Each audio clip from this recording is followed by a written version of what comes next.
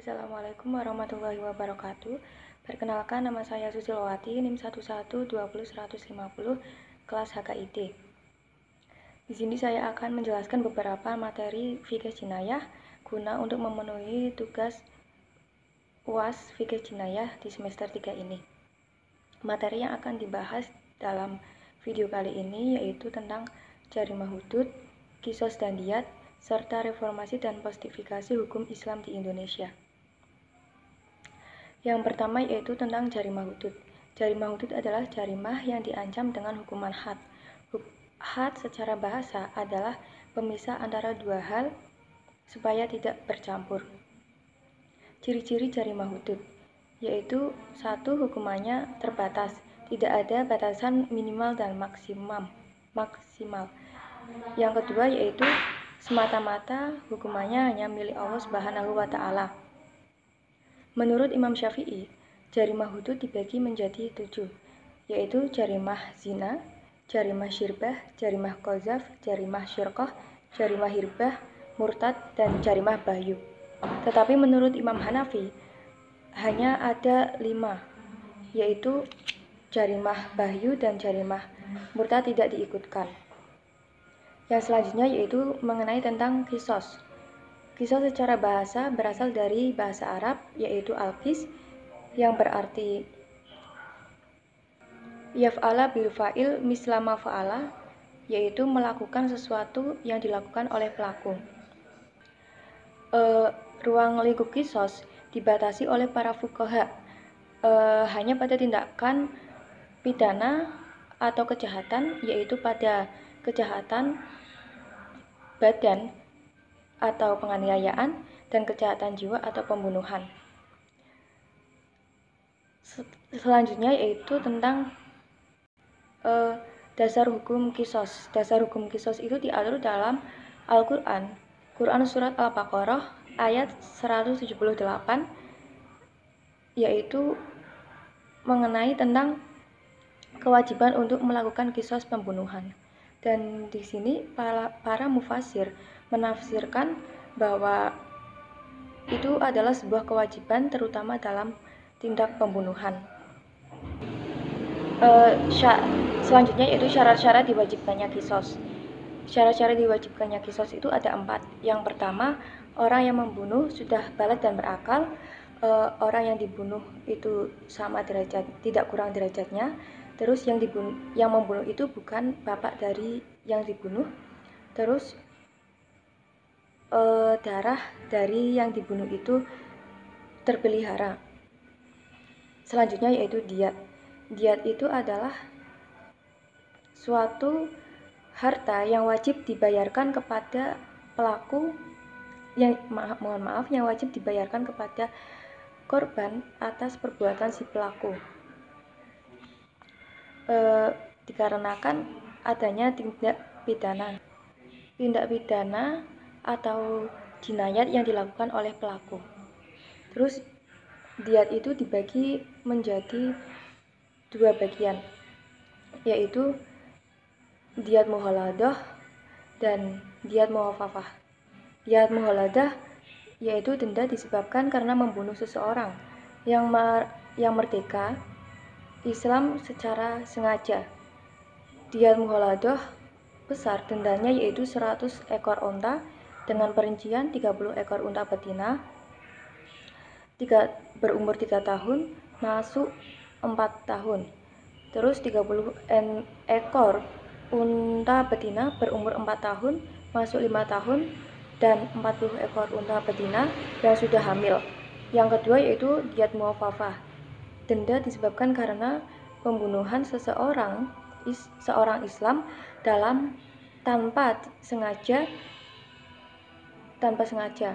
Diyat mukhafafah besar dendanya yaitu 100 ekor unta juga, tetapi dibagi 5, 20 ekor unta betina berumur 1 tahun masuk 2 tahun, 20 ekor unta betina berumur 2 tahun masuk 3 tahun.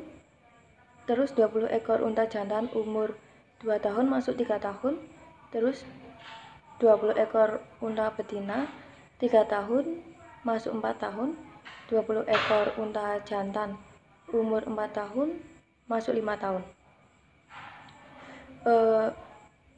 Selanjutnya yaitu mengenai tentang reformasi dan postifikasi hukum Islam di Indonesia. Istilah hukum Islam di Indonesia atau al-tashri', al-fiqh, dan al-qanun, setidaknya dari ketiga istilah ini diambil makna hukum Islam di Indonesia. Hal ini bukan berarti ketiga istilah yang telah disebut awal bermakna satu. Bahkan terkadang didapatkan analisis ahli hukum Islam yang memberikan arti ketiga istilah tersebut dengan natijah dan esensi yang mempunyai perbedaan makna yang signifikan, bukan hanya pada tataran semantik belaka. Selanjutnya itu perjalanan hukum Islam di Indonesia. Dalam prakteknya penerapan hukum Islam di negara ini melalui berbagai proses yang terkadang terkesan sulit. Sebelum beranjak pada pembahasannya reformasi hukum Islam di Indonesia, sedikit akan kami singgung perjalanan hukum Islam di negara Indonesia pada pra penjajahan Belanda sampai pada era reformasi, dengan harapan setidaknya apa yang saya paparkan di sini dapat memberikan gambaran. Akar sejarah hukum Islam di kawasan Nusantara menurut sebagian ahli dimulai sejak abad pertama Hijriah atau pada sekitar abad ke-7 dan ke-8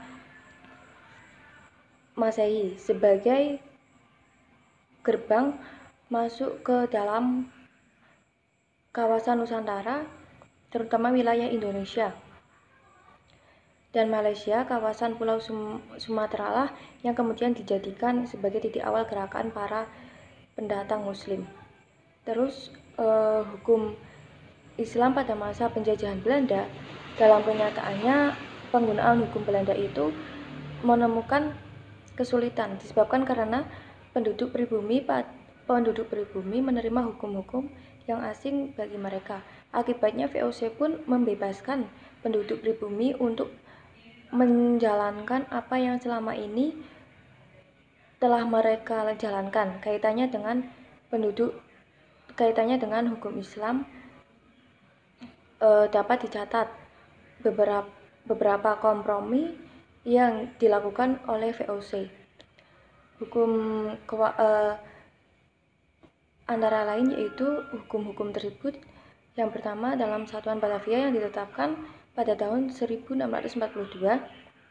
oleh VOC, kenyataannya bahwa hukum pewarisan Islam berlaku bagi para pemeluk agama Islam. Selanjutnya yaitu hukum Islam pada masa pendudukan Jepang. Pada masa ini nyaris tidak ada perubahan berarti bagi posisi hukum Islam selama masa pendudukan Jepang di tanah air.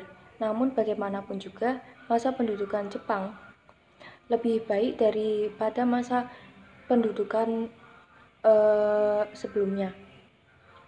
Kemudian yaitu hukum Islam pada masa kemerdekaan, yaitu pada tahun 1945. Perbedaan panjang tentang dasar negara di BPUPKI kemudian berakhir dengan lahirnya apa yang disebut dengan Piagam Jakarta.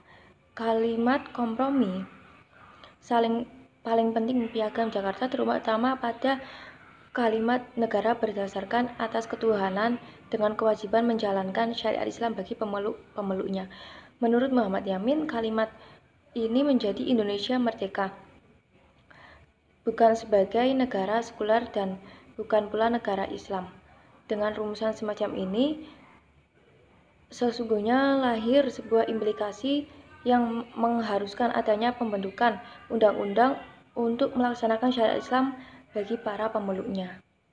Selanjutnya tentang hukum Islam di era Orde Baru.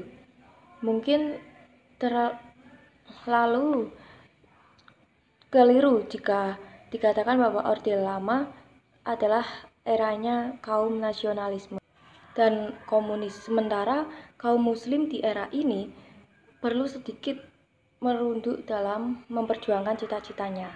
Salah satu partai yang mewakili aspirasi umat Islam kala itu yaitu Masyumi harus dibubarkan pada tanggal 15 Agustus 1960 oleh Soekarno dengan alasan tokoh-tokohnya terlibat pemberontakan PRRI di Sumatera Barat. Kemudian yaitu konsep reformasi dalam hukum Islam. Dalam subbab ini akan dijelaskan tentang bagaimana asas-asas reformasi menurut hukum Islam.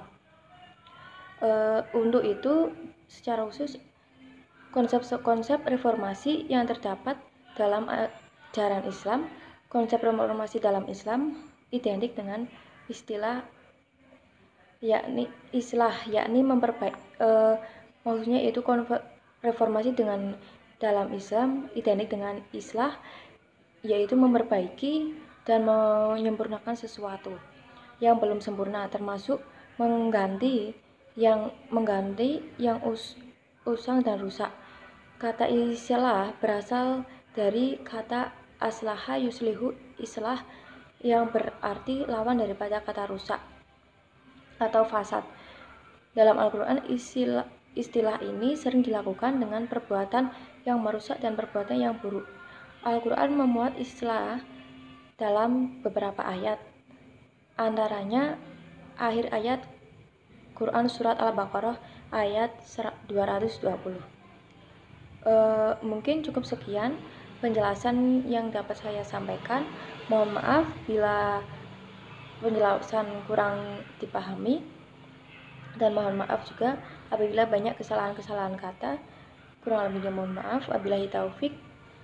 Wassalamualaikum warahmatullahi wabarakatuh.